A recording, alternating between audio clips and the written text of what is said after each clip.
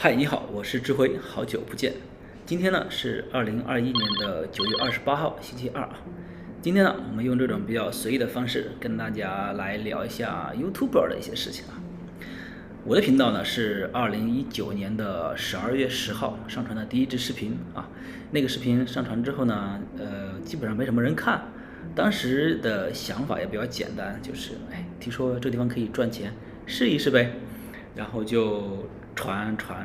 到第6个视频的时候，当时就有30多个人看啊，那兴奋的不得了啊。一直到现在，我们频道已经有4万多的一个订阅了，非常感谢大家在过去的1年多时间里对我们频道的一个支持。那我们今天要聊的是一个比较不太好的话题啊，就是我在频道创办初期的时候有关注过一些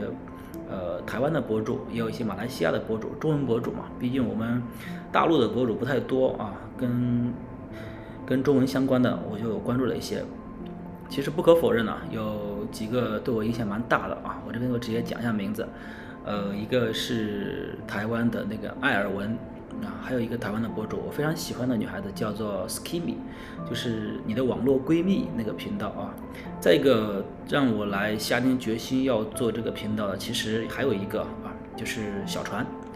但是呢，这3个频道目前都不太好啊，我今天就来细细聊一下这3个频道的一些情况。其中有2个基本上现在已经放弃了，基本上放弃 YouTube 了啊。我们先讲一下这个艾尔文。艾尔文的话，当时确实有更新了一些非常对于理财、对于就是赚钱的一些观念，包括我现在所天天给大家讲那个被动收益，都是当时艾尔文来传递给我的。Hello，大家好，我是艾尔文。那艾尔文现在呢，他基本上是已经在 YouTube 上放弃了，他已经没有更新了，好几个月没有更新了。这样他的这个原因我真的是不知道是为什么不更新了，因为他的每一支视频啊，他的点击率在我来看都非常的高，他大概有50多万、60多万的订阅，那每期视频呢差不多有10-20万的观看量，这个已经超级高了。但他现在已经断更很久了啊，我看他在他的 IG 上还有在更新，所以我猜测他的要停掉 YouTube 的一个很大一个原因，应该就是人家钱赚够了。后面也慢慢写书了，有发了一些书，但是我还没有找到在大陆可以直接购买的途径，所以也一直没有买到他的书。但是他现在断更了，其实蛮遗憾的。我还是在关注他的频道，虽然说已经不更新了，因为他有蛮多的一些视频，我有时候也会翻过来看啊。这个是艾尔文。另外一个呢就是小船。嘿，我是小船啊，小船目前有30多万的一个订阅，我当时关注他的时候也只有10万多一点。最近1年多时间里，他的成长速度也非常快啊。但是小船不太好的一个地方，就他这个频道不太好的地方，就是我发现他的一个观看量啊，就是目前他频道的一个观看量非常的不太如意啊，基本上就是在1万左右。30万的一个订阅，有1万多的观看量，这个其实已经很低了。你看我们频道才3万多、4万多，那经常有1万、2万的，还有一些10几万的观看量，但它这个相对来说普遍观看率很低，所以这个可能就有点问题。我也分析了一下它的一个情况，小船呢，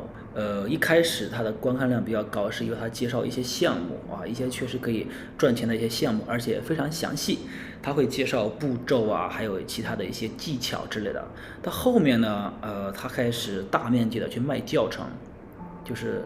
它的所有的视频都是服务于它那个教程，然后对啊，大家都很清楚嘛。那如果你的目的性太强的话，大家就不太喜欢你这个频道，觉得你根本就是一个在给你的教程做广告的一个频道。那有教程相对来说肯定还会好一些嘛，但是也没有他讲那么好了啊。他说要做30万 YouTuber 啊，已经1个月入多少钱，我觉得很假啊。我曾经在一个视频里都有讲过，我说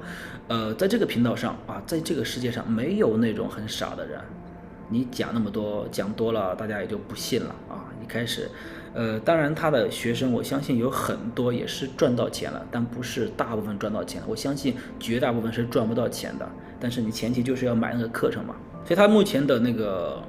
频道的一个情况就是封面做的越来越炫，视频也做了质量越来越高，但是观看量一直很低很低。这个也就是说，一个人对一个频道的一个忠诚度到底有多高？你对这个频道你的目的性多高？其实你说一个，大家可以看一下；两个，大家看，时间久了，大家也就发现了啊，你这个套路其实每个人都清楚了。那以至于现在他有30多万的订阅，那观看量也只有8、9千，有些只有3、4千，这个就已经超低了啊！按照这个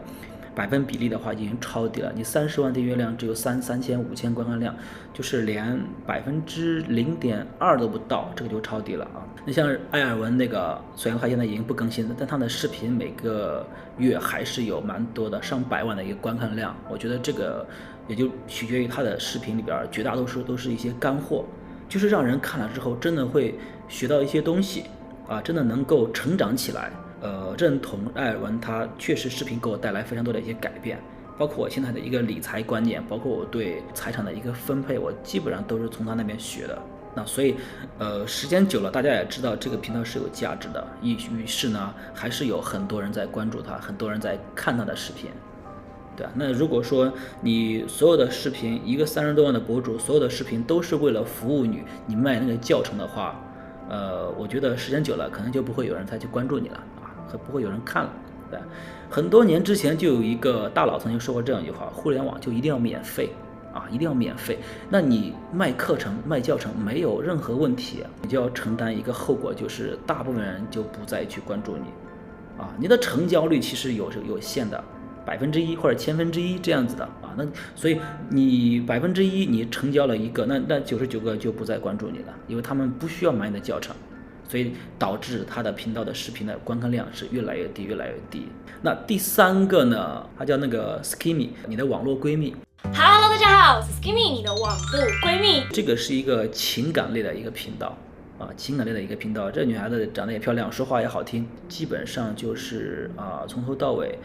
都是关于情感类的，谈恋爱还有就是遇到一些情感问题应该怎么去解决，她来给你出谋划策之类这样的一个频道从头到尾其实视频的质量非常高，不管是从画质上还是从整个语言组织上都非常高。她也有53万还是56万的一个订阅了，但是她在上个月的时候，她退出 YouTube 了。他就是真的是退出了，他退出，他自己有拍了一支视频，他说，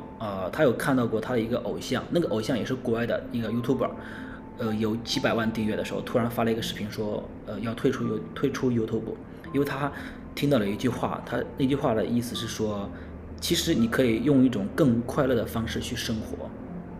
当然这个可能不是原话。Skimmy 的这个频道呢，我有去，因为我一直有关注他嘛，他其实观看量就是浏览量也越来越低了，越来越不高了，而且他很在意这个数据，他特别在意，他自己在视频里讲过说，他说我非常在意这个数据，导致他最后就放弃了。他现在基本上就是在 IG 上发照片，发什么的。YouTube 现在就是让他的一个朋友在帮他更新一个音频的，但是观看量也是非常惨淡的那一个50多万订阅量，观看量就3000、4000这样的，基本上这个频道就已经是，就等于是已经废掉了，已经荒废掉了那 Skimmy 这个的话，我也分析了它的原因呢。它的一个很大的原因就是，感情的事嘛，就那些事儿能更新几百期，我觉得已经把该讲的问题已经讲差不多了，就是基本上不会再有创新的一些内容出来，就算有的话也是一些跟之前雷同的讲话也就只有那么多，讲的原因或者说分析原因只有那么多，那素材也只有那么多。那再一个，它的一个问题就是在后面，它也是大面积的去接广告。就是去代言一些口红之类的女性的一些，当然这样无可厚非但这样就会导致你要承担的一个后果，就是你的很多的粉丝，因为没有人喜欢广告，你们要知道没有人喜欢广告，它就是你如果这种太多的话，就会让人很难受嘛。视频里突然间时不时就冒一个广告出来，就很烦嘛，导致现在它的后来的观看量很低，自己也太在意这个数据了，非常在意这个数据其实你如果细细去观察这3个频道里边，每一个除了第一个艾尔文，他的视频确实每一个视频质量都非常高，所以观看量统一都很高。那小船跟 Skimmy 这边的话，它基本上大部分视频都还好浏览量都还好，只是真正把它频道带起来的就是那一两个视频，直接就观看量的上百万或者是200多万。小川也是有一个就是让你不用拍视频怎么做 YouTuber 的一个视频，就直接就100多万200多万的一个观看量啊，所以这边大家要知道一个东西啊，就是你的频道起来之后呢，就是经常更新是一个非常大的一个要求啊，这个是最好的。但是真正把你视频频道带起来的，观看量真正增加起来的，并不是所有的视频，而是其中几个非常少量的一个视频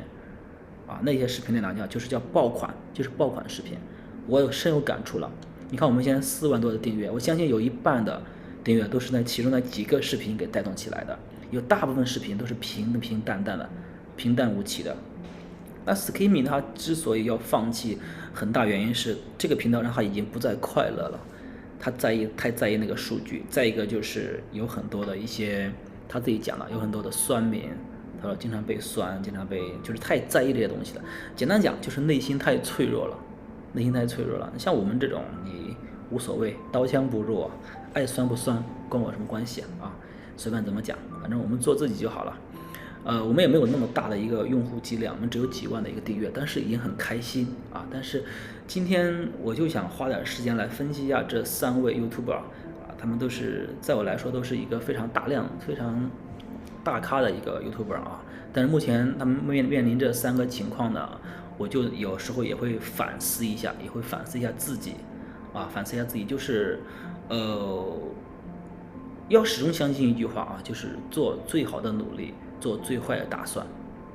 就是我们在做一些事情的时候，我们一定要尽全力去做。那就算你尽全力做了，它也不一定会给你有一个非常好的一个结果。所以我们一定要有这样的一些观念，做好各种这样的一个心理打算啊，不能因为说啊，我有几十万订阅，为什么我观看量只有1万2万啊，我难受，我抑郁。像 Skimmy 他自己在视频都有讲过，说有一段时间1个月没有更新了，就是看心理医生去了。看心理医生其实就2个原因，第一个就是那段时间流量上不来，第二个就是有很多酸民给他留言之类的，他就是非常在意的，就是被小女孩子嘛，20来岁，就是被这种网络攻击啊，或者是一些不太好的一些情况，就有一点点抑郁了，去看了心理医生，后来就好了很多。其实我是非常喜欢他讲话的，讲了一些话，我觉得讲的也非常好，就是一些，但是大部分都是一些鸡汤。越喜欢鸡汤的人，其实内心越脆弱，越容易被一些东西所影响到啊。像我们这种啊，任何人也别想影响我啊，我也不指望去受到任何人的一些启发。当然，除了一些真的能说到我心坎里边去的一些，比如像艾尔文，那在理财领域的时候，我一开始确实是比较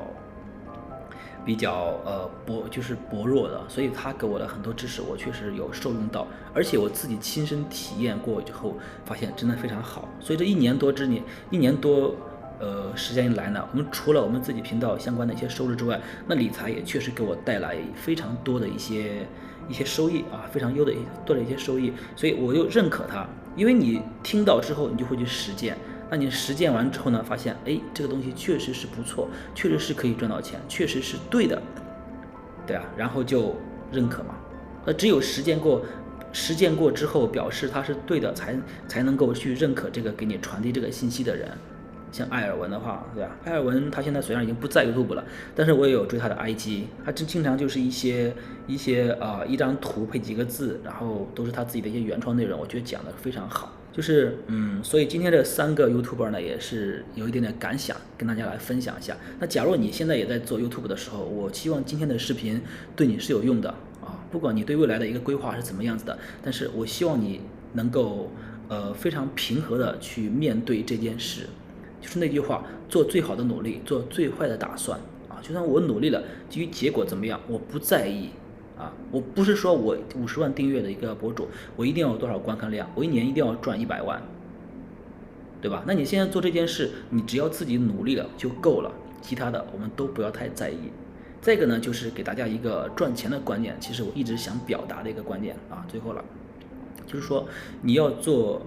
比如说你现在心里有个打算，你说我要赚100万。那我怎么去赚100万？第一件事就是先选好一个工作，选好一件事，这件事才有可能去赚100万。比如说你当快递员，1年赚100万，不可能的事情吧？对吧？你在工厂去上班，去坐办公室，一年赚100万，不可能的事情吧？对啊，你当送外卖，一年赚100万，不可能的事情吧？当然，我并不是在歧视这些工作，并不是说这些工作不好，我只是说，当你心里有一个目标的时候，你一定要做好一件事，就是先选好你接下来要做的这份工作。在一些完全没有可能达成的一些工作上，给自己设立一个不可能达成的目标，这个本来就是庸人自扰。好了，今天就是讲这边，非常感谢大家过去在频道里对智慧的支持。那希望我们在接下来还是要一起走，有问题在底下给我留言，也欢迎大家跟我来沟通关于 YouTube 来如何发展的一些事情。好了，那今天就到这边，我是智慧，拜拜。